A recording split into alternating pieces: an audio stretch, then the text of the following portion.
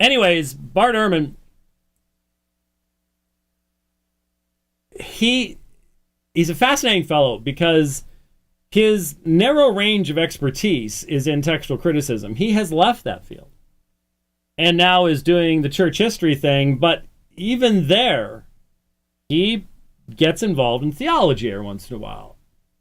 And people just go, well, if you're an expert in the early development of the Alexandrian text type, you must be an expert in everything, as long as you're an unbeliever. Anyways. And so he writes an article, Is Paul at Odds with Matthew? And he's talking about Paul and his opponents in Galatia. And he says, Paul was incensed this interpretation of the faith and insisted with extraordinary vehemence it was completely wrong. The Gentile followers of Jesus were absolutely not supposed to become Jewish. Anyone who thought so rendered the death of Jesus worthless. It was only that death and the resurrection that made a person right with God, nothing else, certainly not following Torah. Well, that was part of it.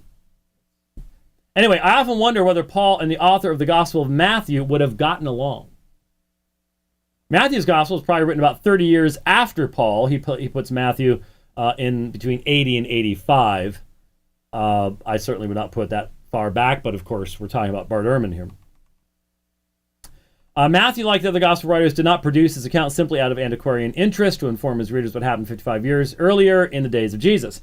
He is not a disinterested biography or an objective history. It is a gospel. In other words, it is intended to proclaim the good news about Jesus and the salvation that he brings. When Jesus teaches something in his gospel, Matthew expects the teaching will be relevant to his readers, and they will want to do what Jesus says. There is no doubt that Matthew would agree with Paul that it was the death and resurrection of Jesus that brought salvation to the world. The gospel is not entirely about Jesus' death and resurrection, but it is largely about that. It is 28 chapters long, and at least 8 chapters are focused exclusively on what happened during the last week of Jesus' life in Jerusalem, including the crucifixion and resurrection. This is clearly the climax of the story. And for Matthew, and as for his predecessor Mark, the death of Jesus is seen as a ransom for many. It is through his death that he will save his people from their sins, Matthew 1:21. So Matthew would agree with Paul here, but so would Paul's opponents in Galatia. The controversy with the Galatian opposition was not over whether Jesus' death brings salvation. It was over whether the followers of Jesus who accept that death need to keep the Jewish law. Well, immediately we see how surface level Ehrman's understanding of the theology of the New Testament is, the background of the New Testament, the book of Galatians itself. Again, being a textual critical scholar does not make you a theologian by any stretch of the imagination. It just doesn't.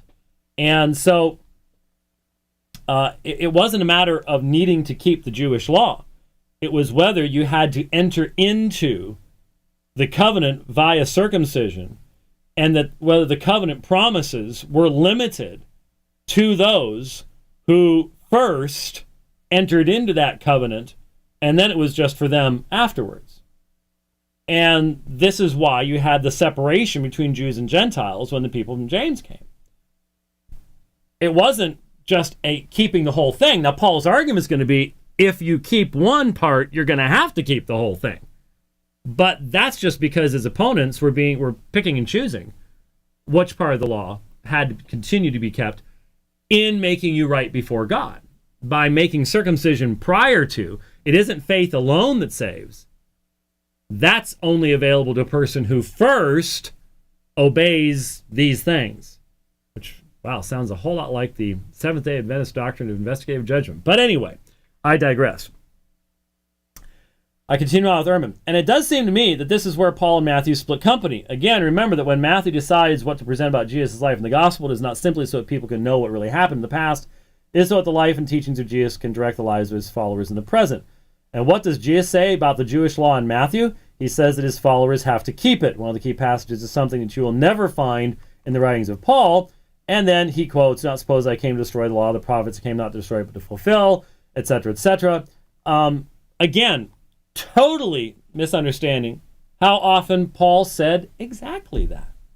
I mean, right in the middle of proclaiming justification by faith in Romans chapter 3, what does he say? Do we therefore nullify the law? No, we establish the law. And then he explains what the purpose of the law is. I mean, it's just amazing how the opponents of the Christian faith, especially in this area, have such surface level arguments.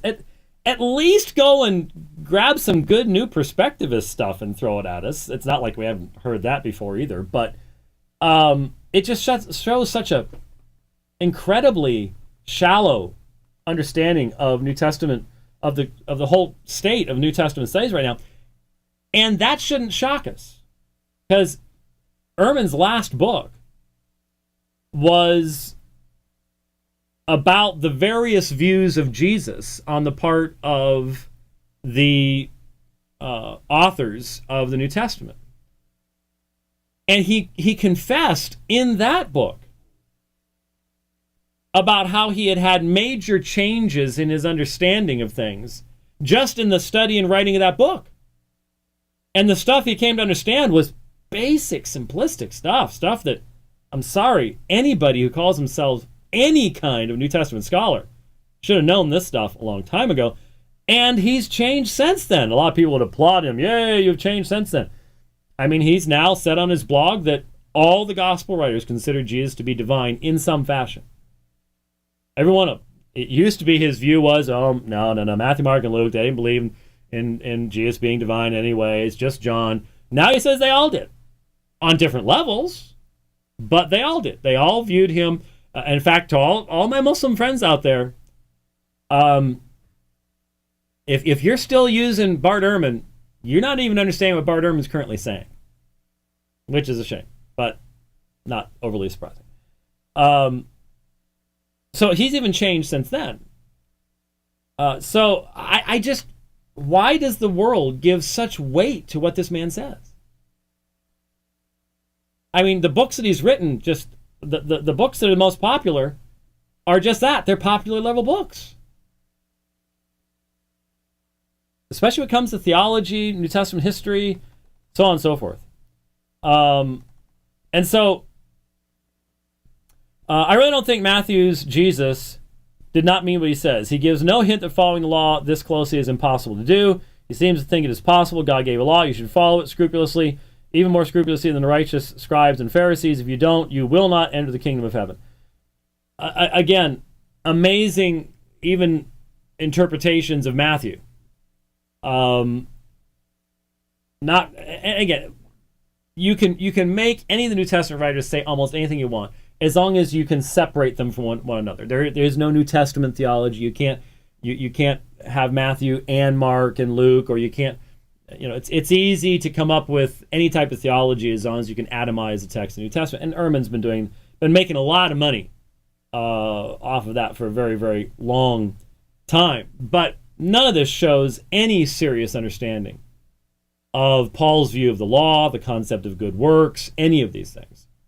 The concept of the law as our schoolmaster to bring us into Christ. Doesn't even worry himself with such things. You're just feeding the flock with this, feeding the people who want to hear you say what you've got to say.